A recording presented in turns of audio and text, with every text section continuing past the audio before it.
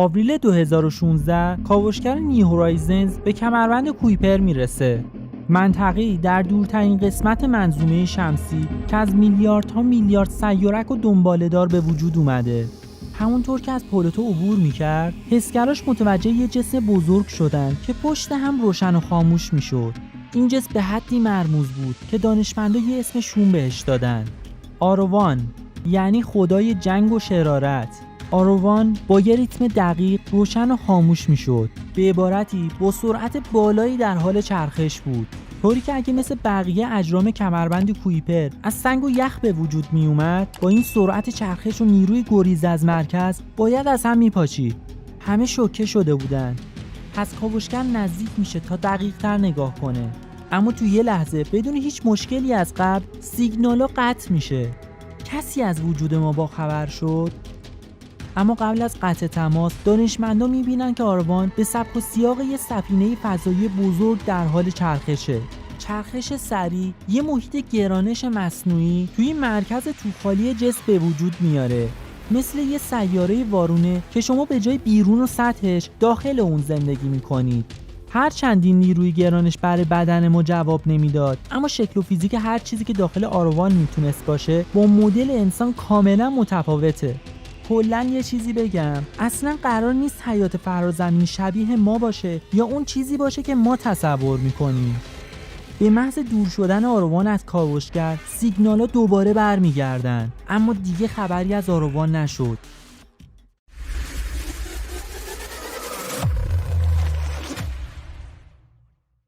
میریم یه سال جلوتر.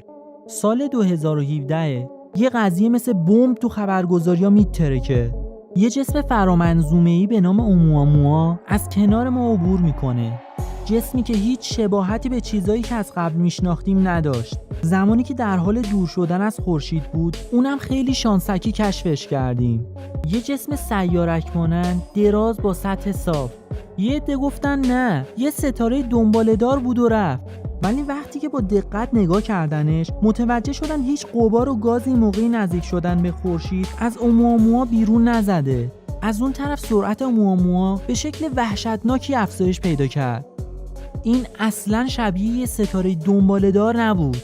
اوموآموا به حدی عجیبه که خیلی‌ها میگن مثل وویجر یک سفینه‌ای که به حال خودش رها شده تا به وسیله تمدن‌های دیگه کشف بشه.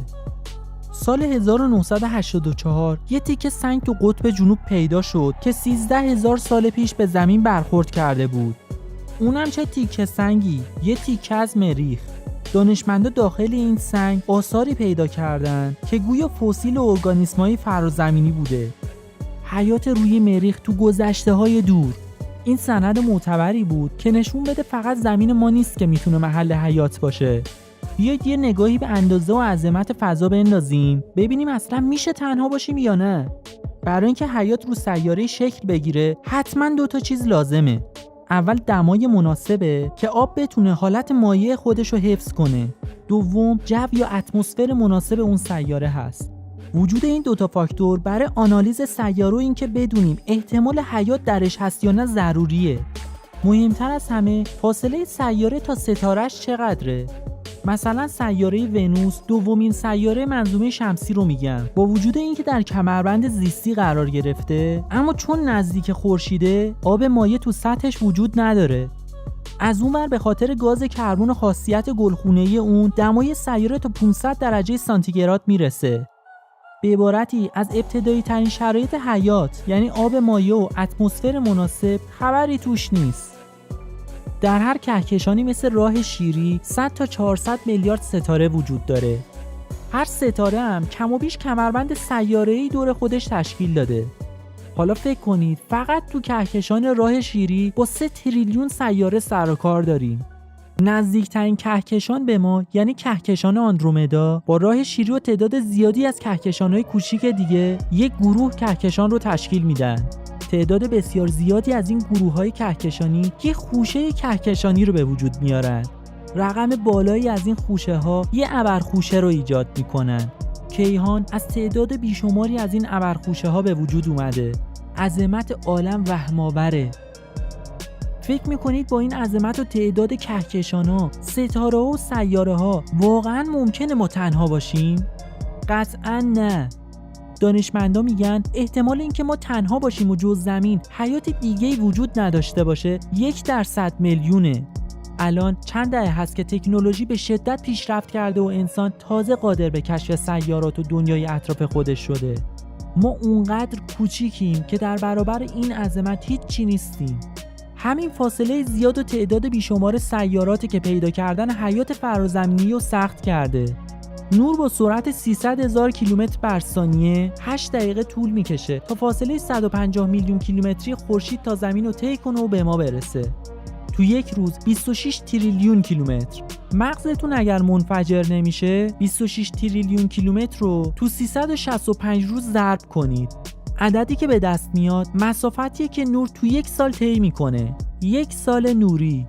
نزدیکترین ستاره به ما 4 سال نوری از همون فاصله داره.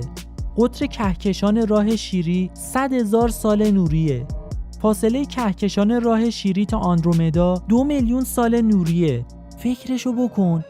وقتی به کهکشان آندرومدا نگاه میکنی نوری که به چشمات میرسه 2 میلیون سال نوری تو راه بوده. مخا نترکیده هنوز؟